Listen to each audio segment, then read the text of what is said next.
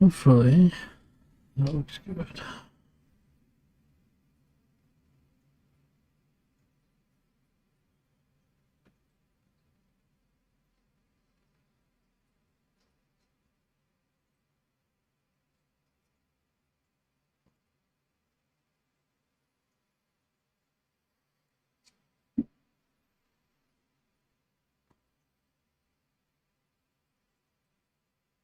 Ah, cool. Welcome, welcome. Day 9. You gotta remember that things have to stay in place. It's a quick one before we go to work.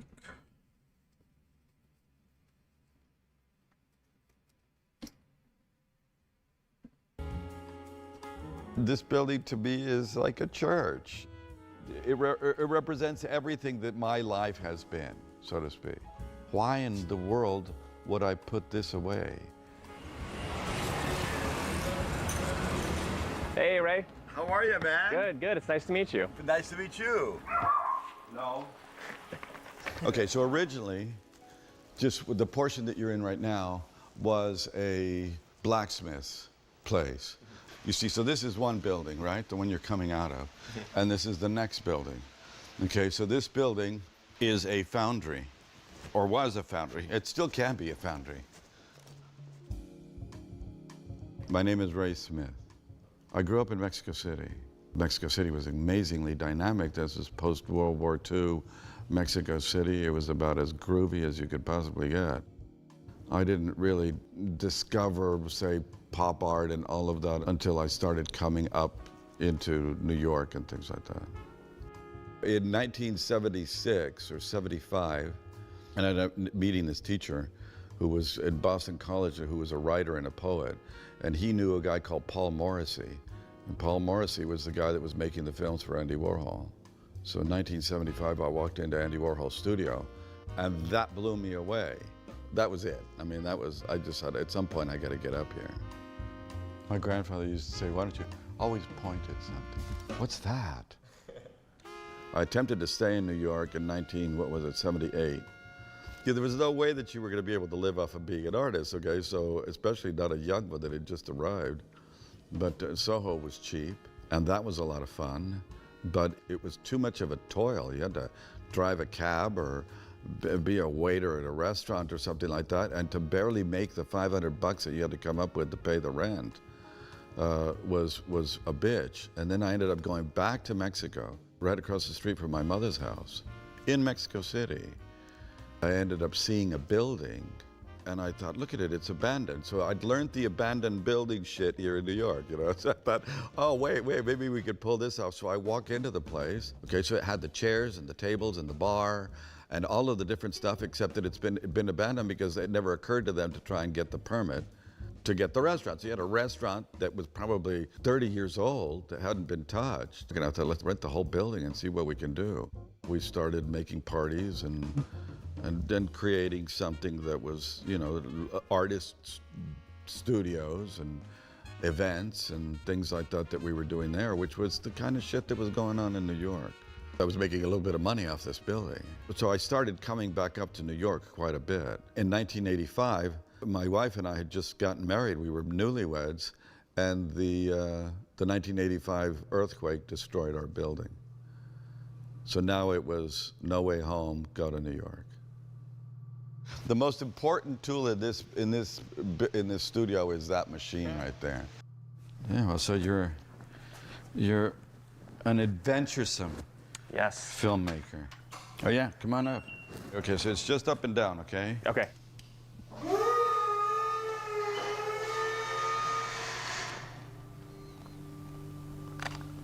This is so great. See, so you end up with tools like this that, you see, it's completely perfect. You gotta get up here, I'm 12 feet up in the air. It's like a perch. Yeah, and I get to be able to see everything. We're in the Gowanus Canal neighborhood. Originally was like these marshes that were in Brooklyn. It became an industrial canal, just factories all around it that were generally sort of like high-risk stuff like chemical plants. But then in the 1950s, it began to sort of go bankrupt. This then becomes a very toxic, Look at that abandoned dog. industrial wasteland of sorts. But it wasn't until the end of Bloomberg that they'd figured out how toxic it was, and then it was declared a Superfund site. The rumor starts coming that they're going to rezone it and they're going to permit tall towers. That's when the developers' money starts coming in. As soon as I got here to New York, I had a friend of mine who was in the building with me in Mexico. He'd moved to New York and was out here. And this was literally the edge of the world. This was a war zone, flat out. If the sun went down, you were inside somewhere. And one evening I got late and I ended up staying there. And in the morning, suddenly we were woken up by the most glorious organ music that I'd ever heard in my life. And it was like we were inside the organ, and it was true. The guy that tuned the organs, one of the best tuners of church organs in the world, had knocked the floor out between one place and the other. And so he would tune the organs with Bach. You know, it was the closest thing I think I ever came to like a real spiritual awakening. There was these things here in the neighborhood, in this godforsaken place that was really cool. This is the kind of shit that I don't think anybody can do anymore. This is one of the most important things that I think was going on in New York at any particular period. I ended up walking Beautiful into this studio. building for the first time in the year 2000. I called a friend of mine. I said, "How much is the rent of, warehouse space, abandoned warehouse space?" He says, "Well, why do you want to rent? Why don't you come and look at it?" And so I drove over here, and the moment I walked in through the door over there, this broker, young guy, probably in his early 20s. As far as I was concerned, he didn't know what he was selling. We're walking through it, and he's telling me how screwed up the deal is and all this other kind of stuff. So he's kind of like selling, but walking into it backwards. You know what I'm saying? Like trying to tell me all the problems at once. So as I'm walking in it, I'm looking at the height of the ceilings, and I'm just listening to this kid talk about it. And then I walked into this room, and I saw the height of this ceilings and the windows and all of that. And by that time, he'd finished his bad story. So then I turned around and said, "How much do you want for it?" I didn't even think about it twice. Like because I had been here and I'd stayed in that evening with the organ music and the guys tuning the organs, I knew exactly sort of where we were, and I knew that maybe I had already sort of dreamt the place. So I bought it that evening. I loved it from the moment that I walked in. In fact, the quickest thing I ever bought in my life, actually. So it's 13,000 square feet. It was clearly also, had been like a drug den. There were mattresses on the floor and, human shit. And I mean, it was pretty gnarly. The very first thing we started doing was welding the metal onto the doors and keeping everybody out. Then the pigeons, it was a bit of a problem to try and keep the pigeons out. And a friend of mine had a pet peregrine falcon. And he perched the falcon in here.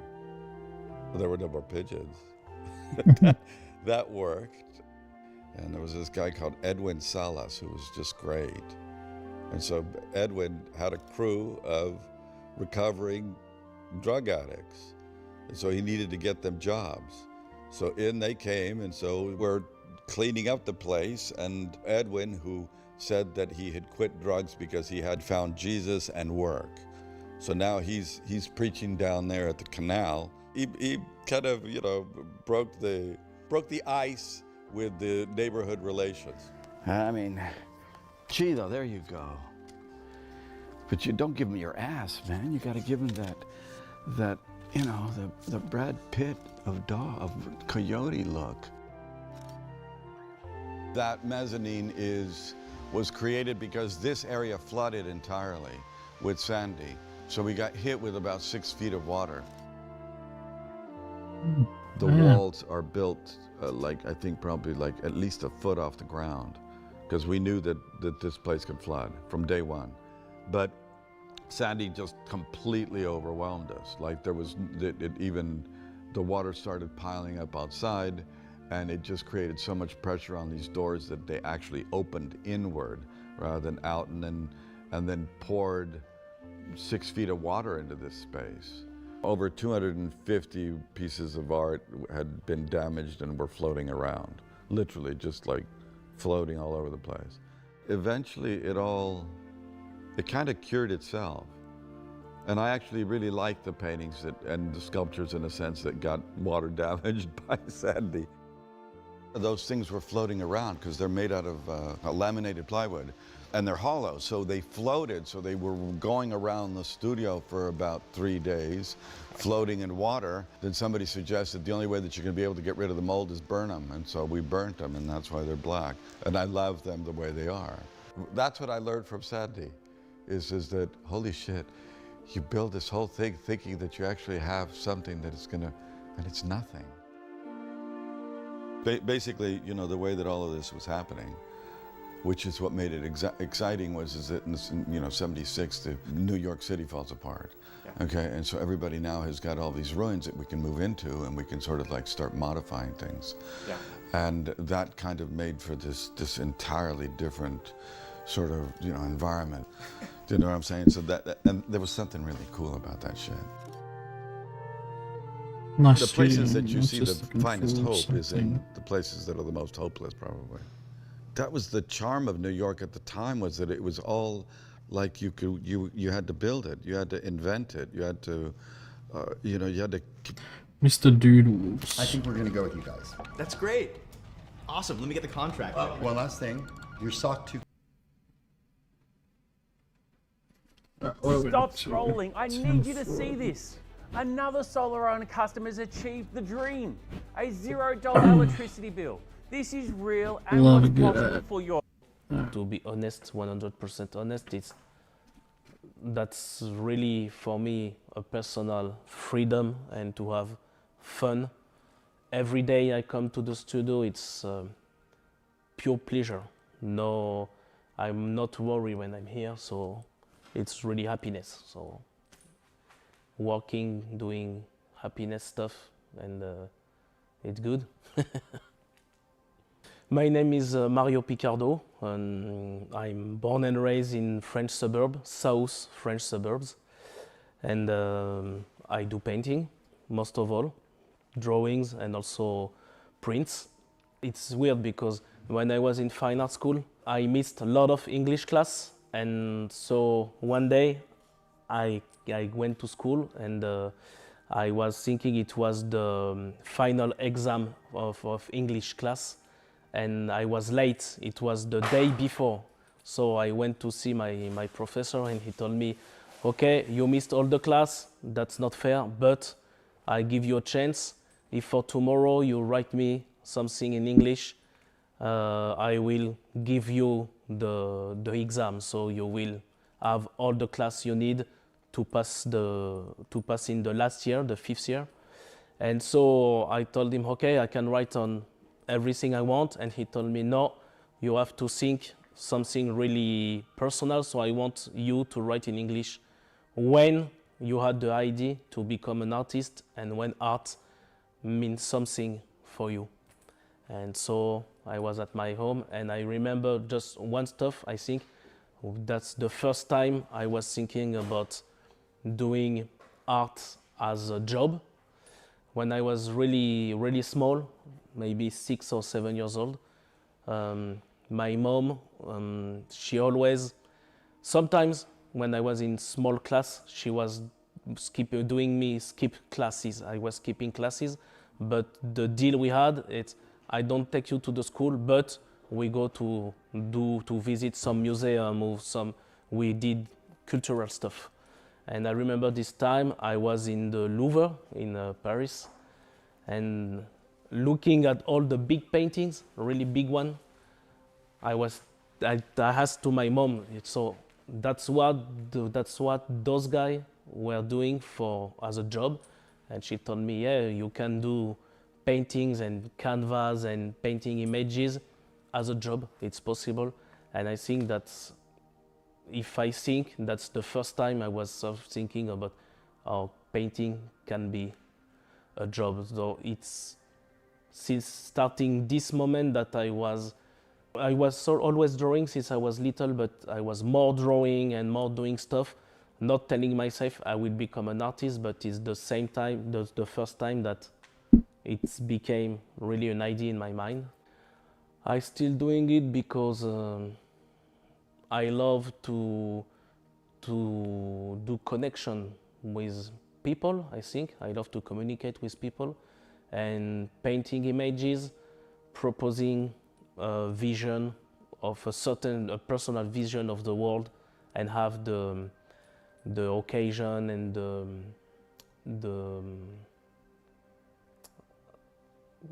the possibility to talk about it with anybody around the world, just doing paintings and creating a kind of dialogue with the people who are looking the painting.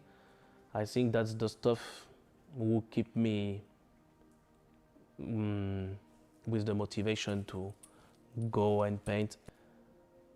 If tomorrow somebody come and tell me, okay, so right now till the end of your life, it will be always like now, the point I am now, for me it's okay, good deal. But my goals is if I really have goals, yeah, maybe be more present in big institution or museum, maybe, and meeting always people who have energy and in French we say la volonté to do good shows, and meeting more people as possible, talking about painting and everything. And if I could maybe later have a bigger community, a studio like here, but with more painter friends, people who I like the work, yeah, it can be a goal also. My advice will be to be the more curious as possible and to keep working. Okay, we can't watch that then.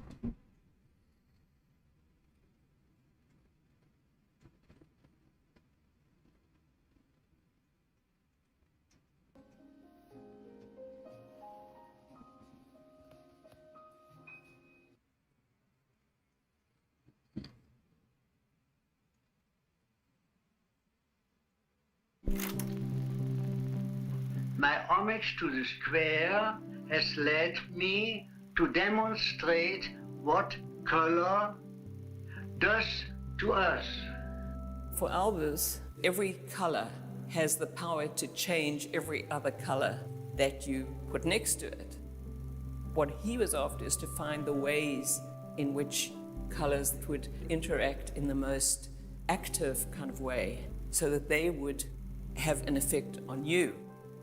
That's what he called sort of the magic of color.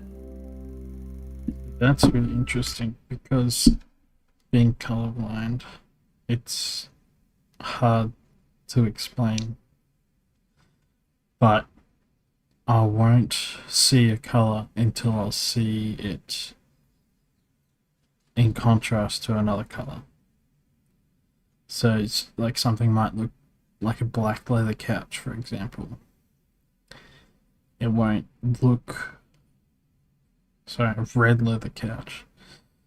This couch that we had when I was growing up at home, it was red leather, but it always looked black to me. And then one day I saw a photo of it, and whatever someone was, I think my brother was wearing something like a black shirt. And in the photo, the black shirt on top of the red couch, I could see it as red for like the first time since we bought the couch, you know. And so I always kind of saw it as reddy from there on. It was still very dark, but yeah, it just sort of made me realize that you can see it differently, which was cool, which was very cool.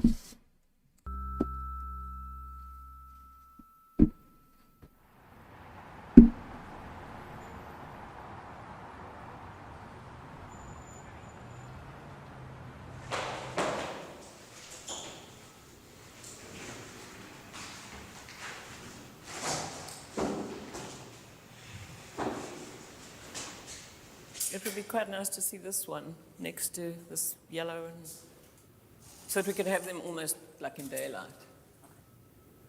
That's beautiful there. The light is great.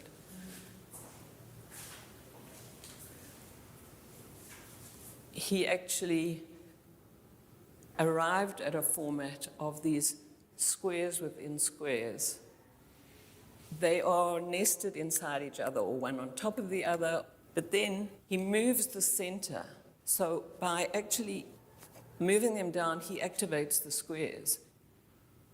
So he's really controlling your vision, but he's also wanting the actual colors not to be static, but to actually move. He creates a form that's so square, so perfect. The lines appear to be so perfect, but yet there is always some little piece of the artist's hand appearing there. This permits you to look through to this.